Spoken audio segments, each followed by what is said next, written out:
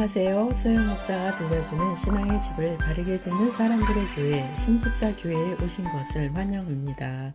오늘 설교 제목은 이제 알았네요. 그 의미를 로마서 12장 1에서 2절 그러므로 형제들아 내가 하나님의 모든 자비하심으로 너희를 권하노니 너희 몸을 하나님이 기뻐하시는 거룩한 산 제물로 드리라. 이는 너희가 드릴 영적 예배니라. 너희는 이 세대를 본받지 말고 오직 마음을 새롭게 함으로 변화를 받아 하나님의 선하시고 기뻐하시고 온전하신 뜻이 무엇인지 분별하도록 하라. 방금 읽은 본문에 대한 말씀을 20년 전에 깨달았다고 생각했었는데 또 15년이 지나서야 그 의미를 알게 되었습니다. 그 의미를 찾아 떠나 보실까요? 믿는 사람이란 예수 그리스도께서 십자가에서 흘린 피값으로 천국에 갈 수 있는 사람이 된 것입니다. 그런데 구원을 받았다고 모든 것이 다 된 것은 아닙니다. 믿는 자를 구원하신 것은 믿는 자의 몸을 성령의 전으로 삼기 위해서 구원하셨다는 것을 혹시 알고 계셨나요? 모르셨다면 말씀을 보시겠습니다. 고린도전서 6장 19에서 20절 너희 몸은 너희가 하나님께로부터 받은 바 너희 가운데 계신 성령의 전인 줄을 알지 못하느냐? 너희는 너희 자신의 것이 아니라 값으로 산 것이 되었으니 그런즉 너희 몸으로 하나님께 영광을 돌리라. 본문에 너희 몸은 너희가 하나님께로부터 받은 바 너희 가운데 계신 성령의 전인 줄을 알지 못하느냐라고 분명히 말씀합니다. 하나님께서 당신을 구원하신 이유는 당신의 몸을 성령의 전으로 삼기 위해서 구원하셨다는 것을 알려주시는 것입니다. 아직도 자기의 몸을 자신의 뜻대로만 사용하고 있다면 성령의 전으로 내어 드리지 않고 있는 것입니다. 고린도전서 6장 15절 너희 몸이 그리스도의 지체인 줄을 알지 못하느냐? 내가 그리스도의 지체를 가지고 창녀의 지체를 만들겠느냐? 결코 그럴 수 없느니라. 믿는 자가 구원받았다고 하면서 하나님 말씀을 따르지 않는다면 어떻게 될까요? 그는 구원을 받았지만 자기의 몸을 하나님께 드리지 않아서 여전히 과거에 붙잡혀 살고 있다는 말씀입니다. 결국 그는 타락한 본성을 따르기 때문에 그의 몸은 창녀의 지체라고 말씀하는 것입니다. 그는 하나님을 믿는다고 하면서 여전히 육체와 세상을 따라서 살고 있기 때문에 간음을 행하고 있다고 말씀합니다. 믿는 자가 자신의 몸을 성령의 전으로 드리지 않게 된다면 그는 온갖 죄를 짓고 살기에 창기의 지체처럼 된다는 것입니다. 야고보서 4장 4절 간음한 여인들아 세상과 벗된 것이 하나님과 원수됨을 알지 못하느냐? 그런즉 누구든지 세상과 벗이 되고자 하는 자는 스스로 하나님과 원수되는 것이니라. 본문에 하나님과 벗이 되지 않고 세상과 벗되는 삶을 계속한다면 그는 간음을 행하고 있다고 말씀합니다. 세상과 벗이 되는 삶을 사는 것이 바로 하나님과 원수가 되는 삶을 사는 것이라는 말씀입니다. 왜냐하면 그는 자신의 몸을 성령의 전으로 내어 드리지 않기에 육신의 정욕과 안목의 정욕과 이생의 자랑을 따라 살게 된다는 것입니다. 고린도전서 6장 20절 값으로 산 것이 되었으니 그런즉 너희 몸으로 하나님께 영광을 돌리라. 예수님께서는 그분의 피값으로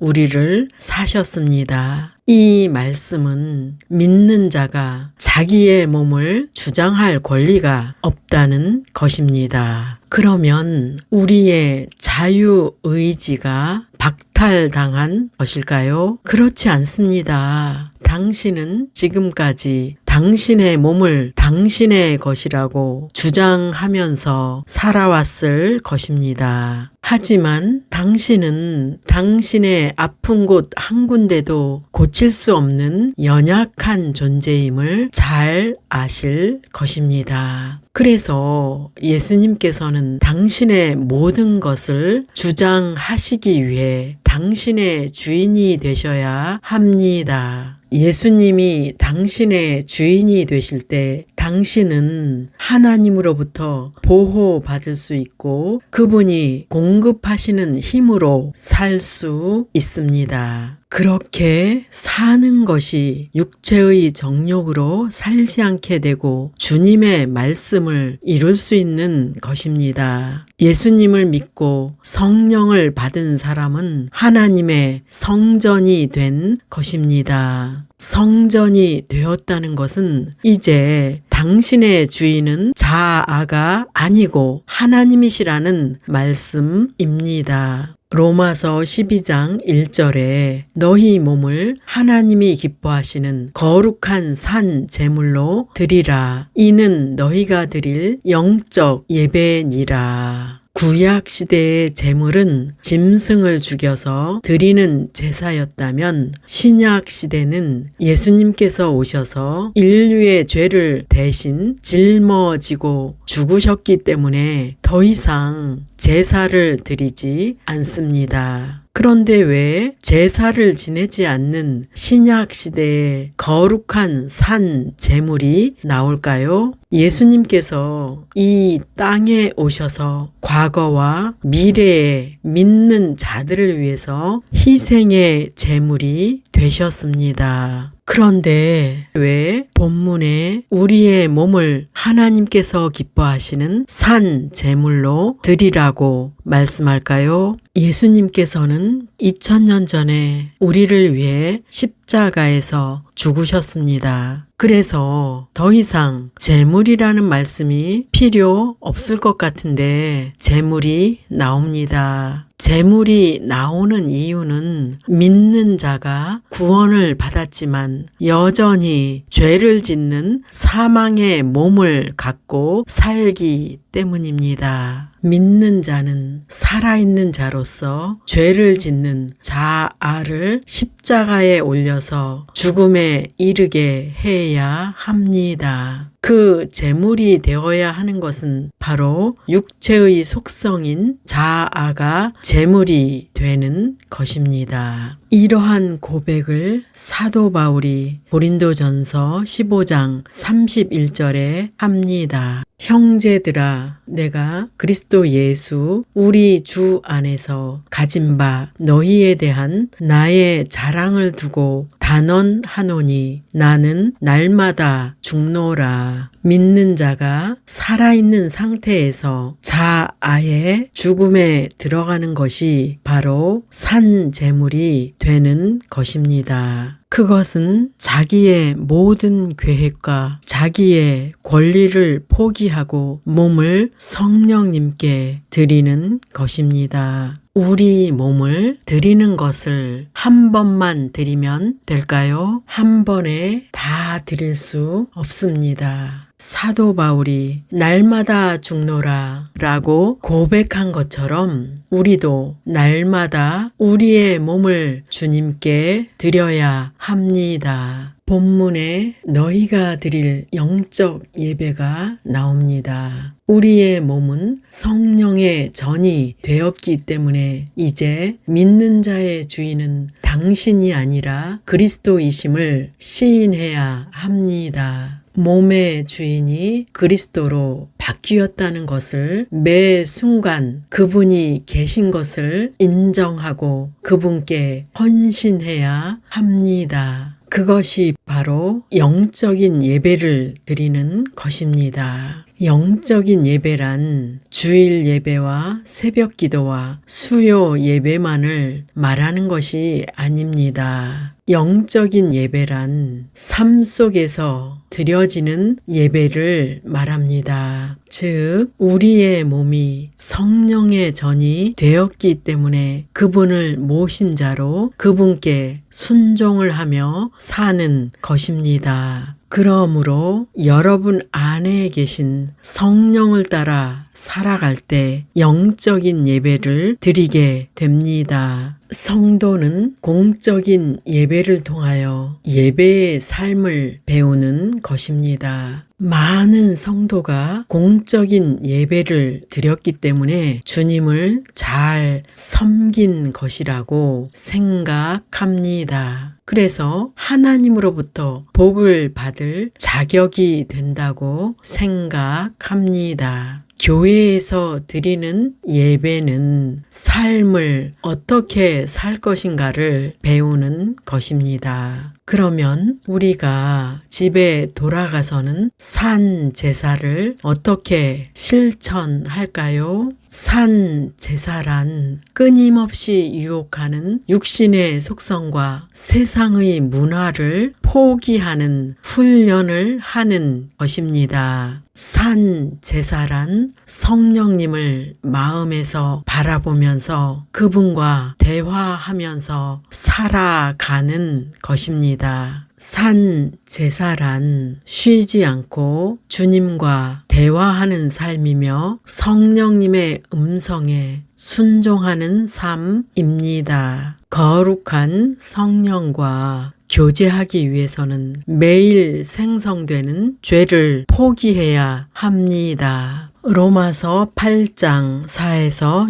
6절. 이것은 육신을 따라 걷지 아니하고 성령을 따라 걷는 우리 안에서 율법의 의가 성취되게 하려 하심이니라. 육신을 따르는 자들은 육신의 일들을 생각하거니와 성령을 따르는 자들은 성령의 일들을 생각하나니 육신적으로 생각하는 것은 사망이요 영적으로 생각하는 것은 생명과 평안이니라. 인류의 조상인 아담이 죄를 짓고 나서 사람은 죄의 속성을 갖고 살고 있습니다. 죄의 속성이란 육신적인 생각과 육신적인 일입니다. 본문에서 믿는 성도는 끊임없는 영적 싸움을 하게 됨을 알려줍니다. 이 싸움은 주변 사람과의 싸움이 아닙니다. 이 싸움은 자기 자신과의 싸움입니다. 그러므로 당신의 대적은 이웃이 아니라 당신 안에서 역사하는 육신적인 생각입니다. 사탄은 환경의 문제를 통해 여러분의 마음을 믿음에서 멀어지게 하며 세상 근심을 더 크게 만듭니다. 그런데요, 아직도 교회의 재직들이 이 사실을 깨닫지 못하고 있습니다. 재직들 사이에 아직도 육적인 싸움에 열을 올리고 있다는 사실이 안타깝습니다. 그리고 교회 안에서 무엇을 해야 할지를 모르고 있다는 사실이 안타깝습니다. 원로 목사나 또는 교회의 중직들이 권위주의와 기득권을 갖기 위한 치졸한 다툼을 이어가고 있습니다. 그리고 자신은 의롭고 상대방은 불의하다는 생각으로 결코 이웃을 용서하려고 하지 않습니다. 예수님께서는 이러한 일들이 육신의 속성을 가진 성도들이 행하고 있는 모습을 아시기 때문에 원수를 사랑하라고 말씀하신 것입니다. 믿는 자가 예수님의 말씀에 순종하여 원수를 사랑하면 사탄이 떠나 갑니다. 그런데요, 원수를 사랑하라는 말씀에 순종하지 못해서 교회 성도들이 시험에 들어서 교회를 떠나고 교회는 분열이 계속되고 있습니다. 이것은 아직도 성도들이 육신의 속성에서 벗어나지 못하고 있으며 환경에 넘어가고 있다는 것을 나타내는 것입니다.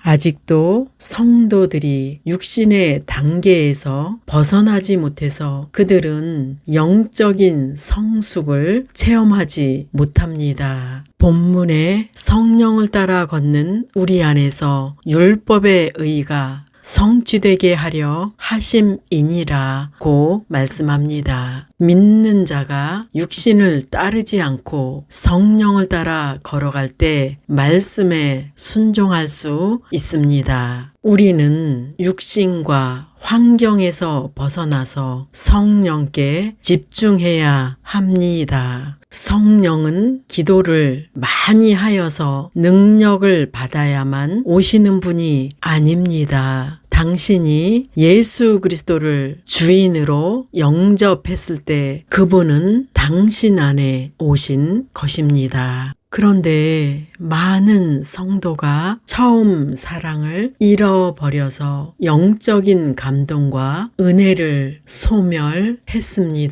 그 모습은 마치 결혼한 부부가 처음 뜨거웠던 사랑을 잃어버리고 권태기를 겪는 것과 같습니다. 우리는 하나님께 대한 처음 사랑을 회복해야 합니다. 주님께서는 계속 기다리고 계셨습니다. 저도 언제부터 주님에게서 떨어졌는가를 뒤돌아보게 되었습니다. 나의 과거를 돌아보았더니 마음에서 주님과 교통하는 것을 보류하고 사람들과의 교제에 관심을 두기 시작했을 때부터 주님에게서 떨어졌다는 것을 알았습니다. 그때부터 성령의 임재는 사라지고 시험과 연단이 계속되었던 과거가 생각이 났습니다. 그리고 나의 신앙은 다른 성도들에게 보이기 위한 외식적인 신앙이 되어 있었습니다. 성도들이여, 우리는 다시 처음 사랑을 회복해야 합니다. 아직도 성공하지 못한 것, 물질을 많이 벌어놓지 못한 것, 아직도 채우지 못한 보이는 것 때문에 괴로워하고 있습니까? 믿는 성도는 그것 때문에 괴로워할 것이 아니라 처음 사랑을 잃어버린 것에 대해 애달파해야 합니다. 성도들이여, 우리는 살아있기 때문에 아직 늦지 않았습니다. 주님께 돌아갈 기회가 있습니다. 그것은 처음 사랑을 회복하여 주님과 지속적인 교제를 하는 것입니다. 본문에 너희 몸을 하나님이 기뻐하시는 거룩한 산 제물로 드리라. 이는 너희가 드릴 영적 예배니라. 예수 그리스도께서 십자가에서 몸을 드렸을 때 하나님께서는 그 희생을 보시고 우리의 죄를 용서해 주셨습니다. 이와 같이 우리도 살아있는 자로 육체의 속성을 포기하고 주님께 몸을 드릴 때 하나님 아버지께서 기뻐하십니다. 당신은 주님께 헌신하고 싶으십니까? 그것은 당신 안에 계신 성령님과 끊임없이 교통하는 것이 하나님께 산 제사로 드리는 것입니다. 이것이 바로 처음 사랑을 회복하는 것이며 처음 사랑을 지속하는 것입니다. 이 땅에 있는 동안 우리는 주님을 잃어버리지 않기 위해 산 제사의 삶을 살기 원한다면 주님께 도움을 청하십시오. 주님을 바라고 소원하는 심령에게 이러한 헌신을 할 수 있는 능력을 주십니다. 오늘 말씀을 청취한 모든 분들에게 하나님의 은혜가 넘치기를 예수님의 이름으로 축원합니다. 마지막 시대를 살아가는 하나님의 백성 여러분, 교회는 다니지만 예수님을 그리스도로 믿지 않는 여러분, 하나님에 대해서 예수님에 대해서 잘 모르시는 여러분, 가나안 성도 여러분, 우리 함께 성경에 근거해서 성령의 능력으로 신앙의 집을 말씀대로 바르게 건축하도록 합시다. 누구나 유튜브에서 신집사 교회를 구독하심으로 신집사 교회 사역에 동참할 수 있습니다. 신집사 교회를 통해 영상으로 선교하는데 동참하기를 원하시는 분들과 함께 연합하기를 원합니다. 아브라함 목사에게 언제든지 연락 주십시오. 우리 주 예수 그리스도의 이름으로 축복하고 또 축복합니다.